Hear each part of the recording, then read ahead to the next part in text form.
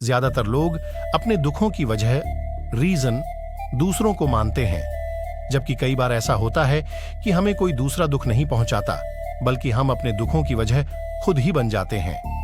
इस बात से हमें खुद को बचाना चाहिए, क्योंकि ऐसा करने से हम खुद को ही परेशान करते हैं और डिप्रेशन में चले जाते हैं। ऐसा ही एक प्रेरक प्रसंग गौतम बुद्धा का भी है, जो हमें अपने दुखों की वजह खुद को न बनने देने के लिए प्रेरित करता है। आइए जानते हैं इस प्रेरक प्रसंग के बारे में। एक बार गौतम बुद्ध नगर में घूम रहे थे।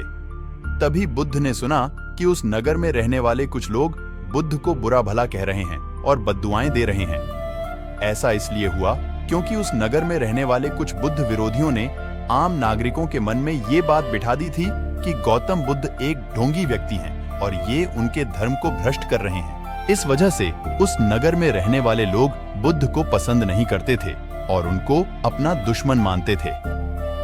गौतम बुद्ध ने जब नगरवासियों के इन उलाहनों को सुना तो वह एक कोने में शांति के साथ खड़े हो गए और उनकी बुरी बातों को आराम से सुनते रहे। इस दौरान बुद्ध ने कोई प्रतिक्रिया नहीं दी। कुछ देर बाद जब नगरवासी बुद्ध को बुरा भला कहते हुए थक गए और चुप हो गए, तो गौतम बुद्ध ने उन नगरवासियों से कहा, क्षमा चाहता हूं, लेकिन अगर आप लोगों की बातें खत्म हो गई हैं तो मैं यहां से जाऊं?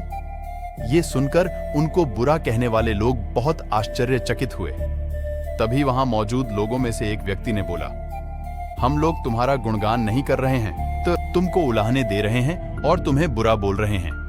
क्या तुम पर इन बातों का कोई असर नहीं हो रहा?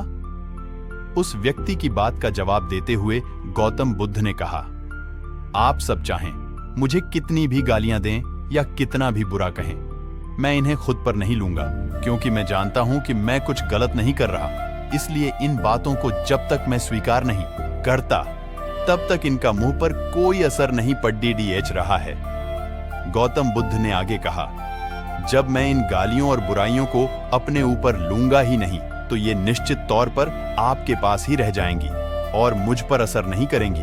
गौतम बुद्ध का ये प्रेरक प्रसंग हमें ये शिक्षा देता है